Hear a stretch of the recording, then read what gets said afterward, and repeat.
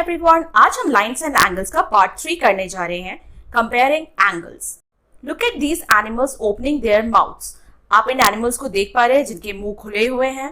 Do you see any angles here? क्या आपको यहाँ कोई एंगल्स दिख रहे हैं? If yes, mark the arms and vertex of each one.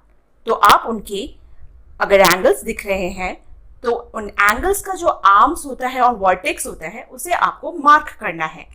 ठीक है, जैसे मैंने मार्क किया है रेड कलर से। देखिए आप इस तरह से चारों एनिमल्स के एंगल्स हमने ड्रॉ कर दिए। Some mouths are open wider than others. कुछ के जो मुंह खुले हुए हैं वो बाकी एनिमल्स से कम खुले हुए हैं, कुछ के बहुत ज्यादा। The more the turning of the jaws the larger the angle. जितना ज्यादा वो अपना जॉ यानी अपना मुंह खोलेंगे तो उतना ज्यादा बड़ा एंगल बनेगा। Can you arrange the angles in this picture from smallest to largest? क्या आप इसको अरेंज कर सकते हैं स्मॉलेस्ट से लार्जेस्ट? तो आप देख सकते हैं इसमें जो एंगल फिश का जो है वो छोटा है, उसके बाद crocodile, then third snake and fourth bird का। ठीक है, तो ये चार एंगल्स आप देख पा रहे हैं, अरेंज किया हमने। Now question is it always easy to compare two angles? क्या ये बहुत इजी रहेगा कि दो एंगल्स को कंपेयर करना? हमेशा कंपेयर जब हम करते हैं दो एंगल्स को, क्या वो इजी रहता है? Here are some angles. Label each of the angles. How will you compare them?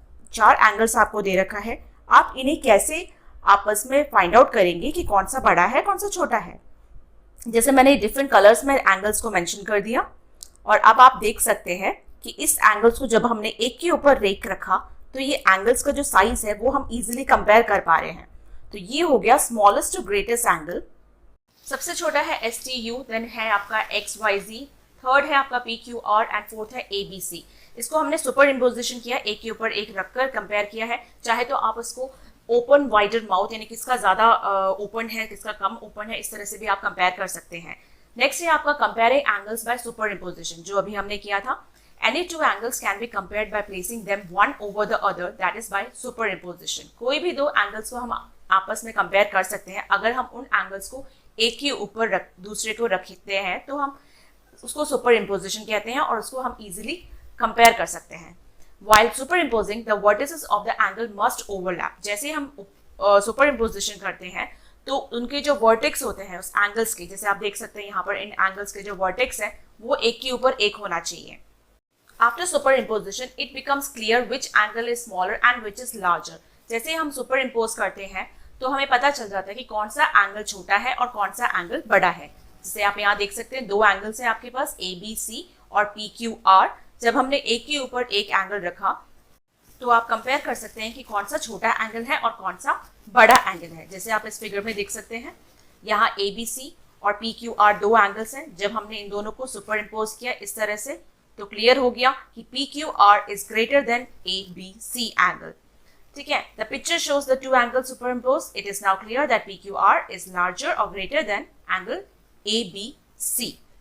इस पिक्चर से क्लियर हो चुका है जो एंगल PQR है वो बड़ा है एंगल ABC से। ठीक है, अगर अब आपके पास दो ऐसे एंगल्स आते हैं जहां पर आपको पता करना है कि क्या वो इक्वल है या नहीं, वो आप कैसे फाइंड आउट करोगे? देखिए, now consider angle AOB and XOY in the figure which is greater. आपको पता करना है, दो एंगल्स दे रखे हैं और इनमें कौन सा बड़ा है वो आपको आइडेंटिफाई करना है। जब हमने इन दोनों एंगल्स को सुपर इम्पोज किए तो वर्टेक्स जो था वो O आपस में ओवरलैप किया, एक दूसरे के ऊपर आए। बट जो हम देख पा रहे हैं यहाँ जो पॉइंट्स हैं A और B वो भी X और Y रेस्पेक्टिवली उनके ऊपर ही है, ओवरलैप कर रही हैं। तो इससे हम कह सकते हैं कि जो आर्म्स उनके इक्वल है तो ये दोनों एंगल्स इक्वल है। The corners of both of these angles match and the arms overlaps with each other. Corners तो इन दोनों एंगल्स के मैच कर रहे हैं प्लस आर्म्स जो है उनके वो भी आपस में एक दूसरे से ओवरलैप कर रहे हैं। That is OA is equal to OX and OB equals to OY. So the angles are equal in size. तो हम कह सकते हैं कि ये equal है। The reason these angles are considered to be equal in size is because when we visualize each of these angles as being formed out of rotation, you can see that there is an equal amount of rotation needed to move OB to OA and OY to OX. ये equal इसलिए है क्योंकि जब हम OB से OA की तरफ जा रहे हैं तो सेम अमाउंट ऑफ रोटेशन हो रहा है, उसी तरह से OY से OX की तरफ जा रहे हैं वहां पर भी सेम अमाउंट का रोटेशन हो रहा है। From the point of view of superimposition, when two angles are superimposed and the common vertex and the two rays of both angles lie on top of each other, then the sizes of the angles are equal. इसका मतलब ये निकलता है कि जब हम superimposition करते हैं तो कॉमन वर्टेक्स तो होता ही है, सुपरइम्पोज हो रहा है, प्लस जो दोनों रेज हैं वो भी आपस में एक दूसरे के ऊपर ओवरलैप आ रही है, एक दूसरे के ऊपर टॉप पे आ रहे हैं, तो हम कह सकते हैं कि वो पूरा एंगल जो है, दोनों एंगल्स आपस में इक्वल है। जैसे यहाँ O और वर्टेक्स जो है वो एक दूसरे के ऊपर ओवरलैप है, OA एंड OX जो है वो एक दूसरे के टॉप पर है, एंड OB और OY जो लाइन है वो भी एक दूसरे के ऊपर, आर्म्स जो है वो एक दूसरे के टॉप पर है। तो ये कह सकते हैं कि ये दो एंगल्स आपस में इक्वल है। नेक्स्ट है आपका where else do we use superimposition to compare. Superimposition का कहाँ हम लोग यूज कर सकते हैं, कौन से फील्ड में। जैसे we use superimposition to compare in many places, like in science में हम यूज कर सकते हैं टू कंपेयर शेप्स को कंपेयर करने में, लीव्स को कंपेयर करने में और पैटर्न्स को कंपेयर करने में। इन हॉस्पिटल्स में हम कंपेयर कर सकते हैं एक्सरेज और बॉडी स्कैन्स करने के लिए। इन ड्राइंग में हम कर सकते हैं ट्रेस और कॉपी पिक्चर्स, एक पिक्चर के ऊपर दूसरा पिक्चर रखकर उसको ट्रेस करना, यानी उसके ऊपर ड्रॉ कर कॉपी करना। ठीक है, तो इस तरह से हम लोग और भी बहुत सारे एग्जाम्पल्स हैं जो आप लिख सकते हैं। नेक्स्ट क्वेश्चन है फिगर इट आउट का। Fold a rectangular sheet of paper, then draw a line along the fold created, name and compare the angles form between the fold and the sides of the paper. आप इस figure के अंदर देख सकते हैं एक rectangular sheet दे रखी है, वहां पर उसको फोल्ड किया और जो फोल्ड आई उस लाइन को आपको ड्रॉ करना है, फिर उसके अंदर आपको एंगल्स बनाकर उसको आपस में कंपेयर भी करना है। Make different angles by folding a rectangular sheet of paper and compare the angles. फिर दूसरा एक और बार कर आप उसको भी फोल्ड को लाइन ड्रॉ कर दोबारा से आप उसको कंपेयर कर सकते हैं। तो which is the largest and the smallest angle you made, तो इसके हिसाब से आपका कौन सा सबसे बड़ा और सबसे छोटा एंगल बना वो आपको निकालना है। तो इस फिगर के अकॉर्डिंग जो लाइन आई है उसके हिसाब से मैंने ये 4 एंगल्स लिए हैं। यहाँ पर जो 4 एंगल्स आपके फॉर्म हुए हैं वो हैं the angles formed R angle AEF, angle BEF, angle CFE and angle DFE, जिसको मार्क किया गया 1 2 3 4 एंगल से। Out of these angles, in 4 angles से जो एंगल AEF है और CFE है वो बड़े हैं, larger ones, whereas angle BEF and angle DFE छोटे हैं। वो क्लियरली आपको दिखने से भी पता चल रहा है, और अगर आप सुपर इम्पोज करते हैं तो भी आपको क्लियरली पता चल जाएगा कि कौन से एंगल्स बड़े हैं। In each case determine which angle is greater and why. अब आपको बताना है कि इन एंगल्स में से कौन सा बड़ा है और क्यों। एंगल AOB और XOY। एंगल AOB जैसे ये आपको दिख रहा है एंड XOY को आपने मार्क कर दिया। अब ये दोनों एंगल्स में से कौन सा बड़ा है वो आप डिस्कस कीजिए अपने फ्रेंड्स के साथ और डिसाइड कीजिए कि कौन सा बड़ा है।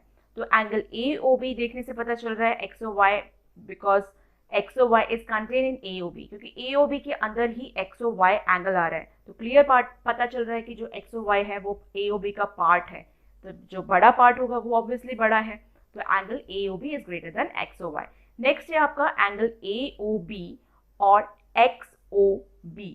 ये भी आपको क्लियरली पता चल रहा है कि that XOB is also a part of angle AOB। It's also contain in AOB। AOB के अंदर ही आ रहा है XOB, तो आपको क्लियरली पता चल रहा है that angle AOB is greater than angle XOB। Next जो थर्ड पार्ट है इस क्वेश्चन का वो है एंगल XOB और XOC। इन दो एंगल्स में से कौन सा बड़ा है, XOB या XOC। अगर आप देख पा रहे हैं तो आप इसका वर्टेक्स तो ऑब्वियसली मैच कर रहे हैं, जो आर्म्स है वो भी एक दूसरे के टॉप पर है।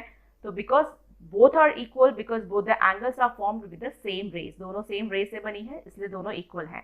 Which angle is greater, XOY और AOB। XOY बड़ा है या AOB बड़ा है, ये आपको देना है विथ रीजन कि क्यों, कौन सा बड़ा है। तो अगर हम देखते हैं तो XOY जो एंगल है और AOB जो एंगल है वो दो एंगल से मिलकर बने हैं। XOY जो बना है वो XOA प्लस AOY एंगल्स में बना है। इन दोनों को अगर हम आपस में ऐड करते हैं तो XOY बनता है। उसी तरह से angle AOY plus angle YOB जब हम आपस में ऐड करेंगे तो AOB एंगल बनेगा। तो इन दोनों में जो कॉमन दिख रहा है वो AOY है। अगर हम इन दोनों को हटा देते हैं तो बचा है XOA एंड YOB।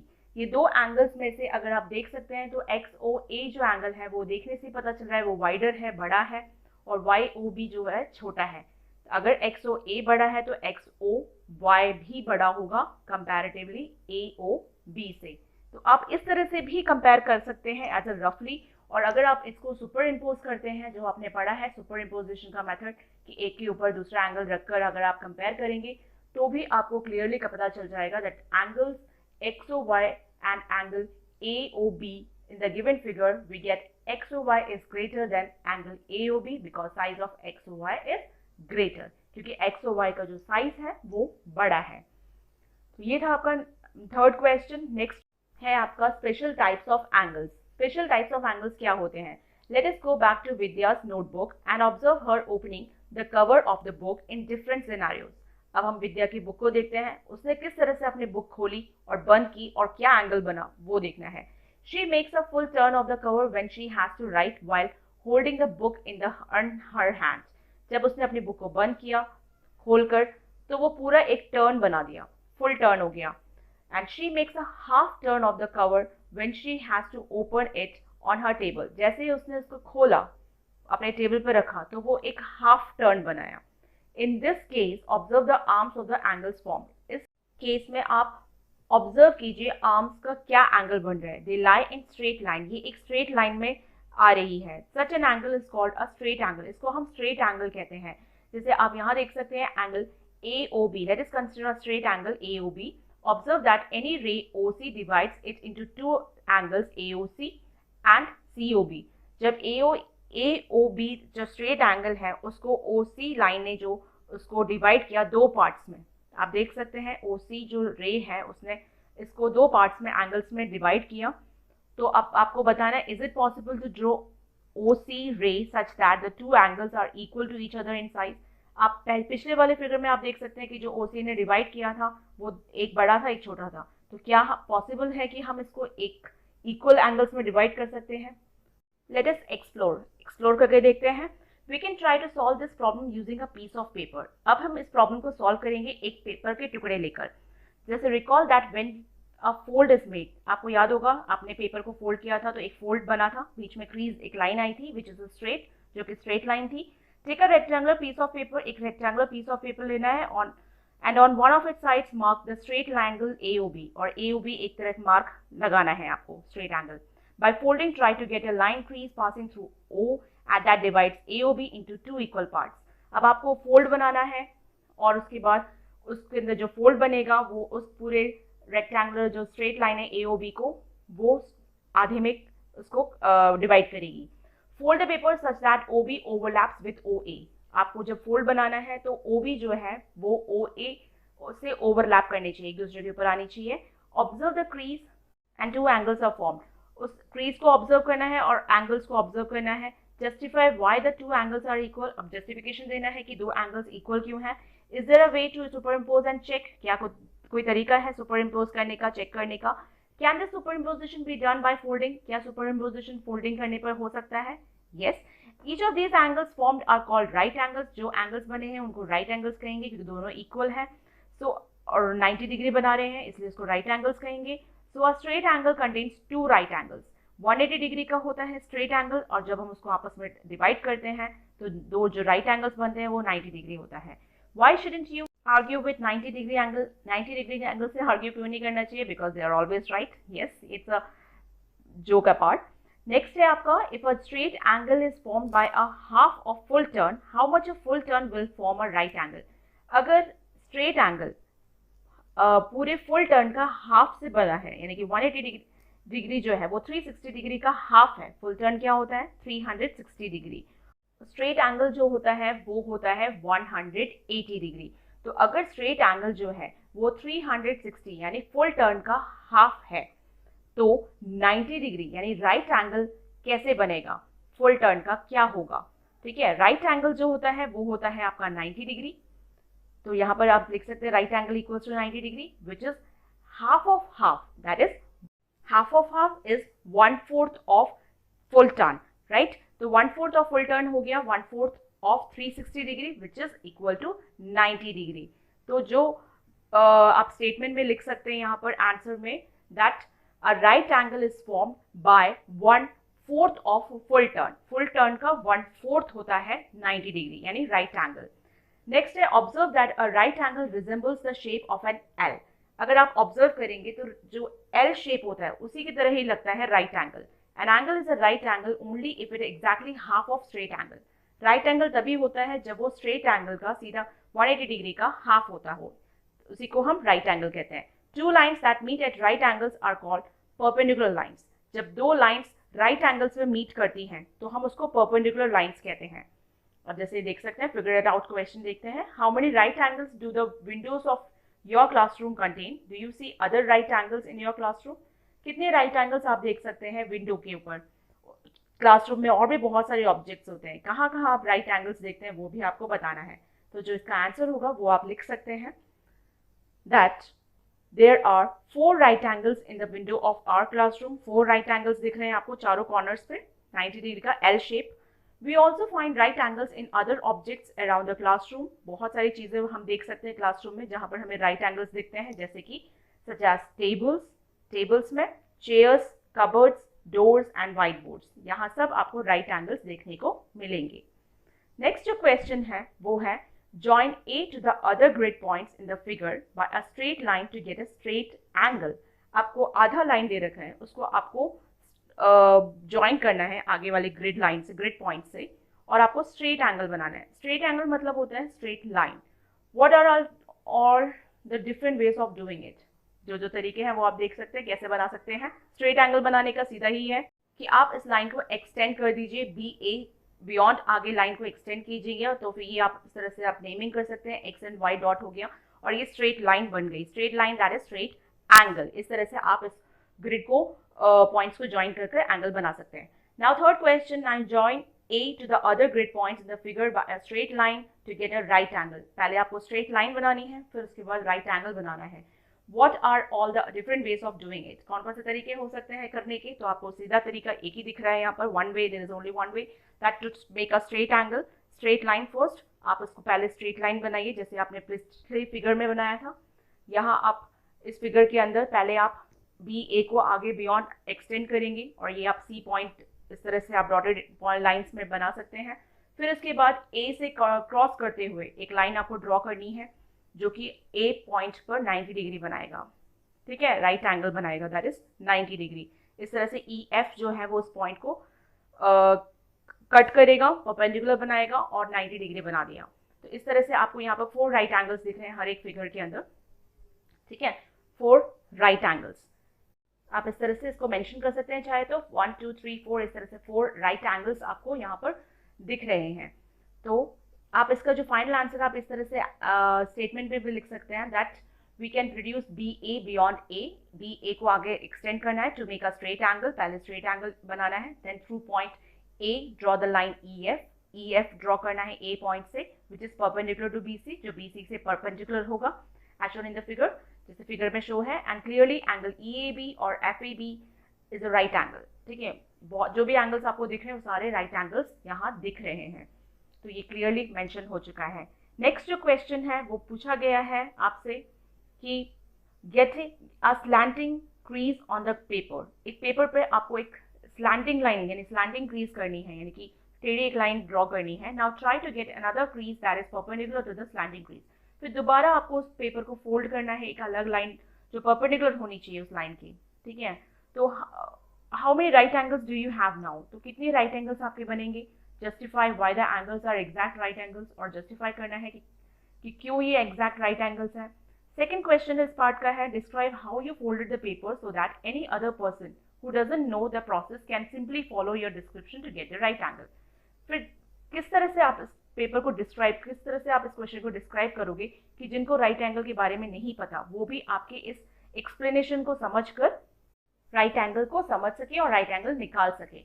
तो इसका जो आंसर होगा वो ये हो सकता है that we get 4 right angles where the 2 creases meet. जब हम 2 क्रीजेस जो दो फोल्ड आ रहे हैं वो आपस में मिलेंगे तो 4 राइट एंगल्स बन रहे हैं। They are right angles because the second crease is perpendicular to the first.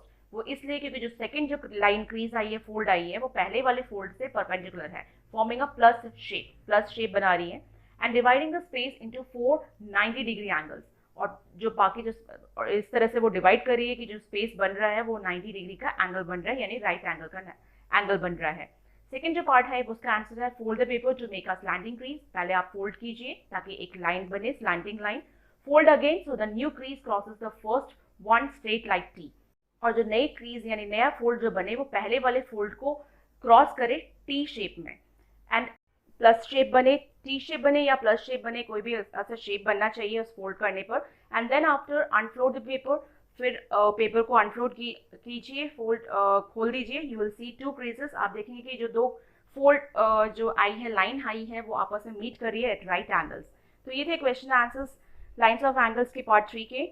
Next video में मैं आगे वाले एक्सरसाइजेस एक्सप्लेन करूंगी। Thanks for watching. Please like, share, comment and subscribe. Till then, bye bye.